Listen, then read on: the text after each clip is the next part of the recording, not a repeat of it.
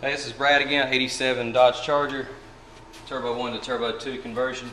I'm going to show you how to mount an intercooler on here without having to remove your air condition, because we've been having some pretty bad heat waves here lately. As you can see, what I've done here is I've moved the AC condenser over. You can move it over from the factory position where it was mounted would have been right here. And what I've done, I've moved it about 2.5 to almost 3 inches over and mounted it again up here. And if you look right down in here, you can see where you have to take a little corner off of the alternator here. That's just so when the motor torques back, you don't want it hitting your fittings here. Otherwise, as far as the AC condenser goes, you'll have to make new mounting holes in the bottom core support, which is no big deal. Just really a couple of holes in there. As far as the intercooler goes, the piping will be running in and out through here. This gives you plenty of room here where you don't have to remove your coolant reservoir. You can leave your factory reservoir on there. You can run your battery in the factory spots. You don't have to move it. You can leave your air conditioning on there. The other thing is over here,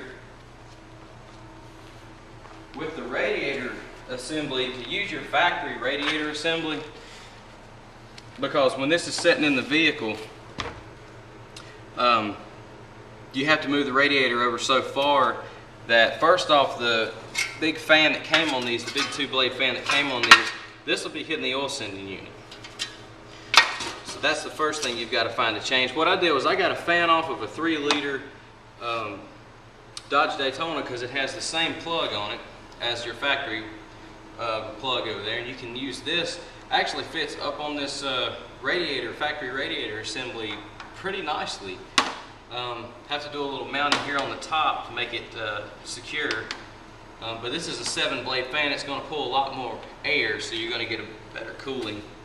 But what you'll have to do is here on the nozzle, the top radiator hose nozzle here, what I've got is I've got a nozzle coming with a 45-degree angle on it, so it'll come out and turn in this direction like this, and that's so the radiator hose won't be touching the air condition compressor. That'll get it away from it so you don't get a hole rubbed in it or anything else that would cause you to lose coolant or cause any kind of catastrophic engine damage or failure.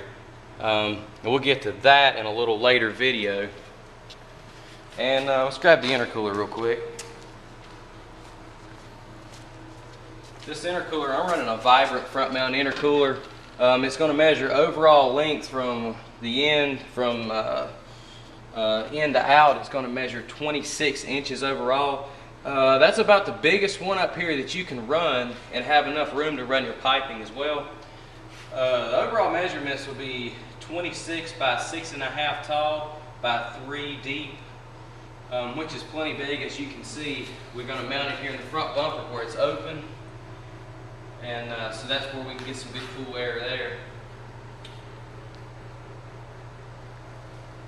And I custom made a couple of brackets that I'm going to bolt to the bottom here of the bumper. If you can get in there and see those. We've got a milling machine, and I just custom made me a couple of brackets there for it. Nothing too major. Alright, in the next video I guess we'll discuss the exhaust system.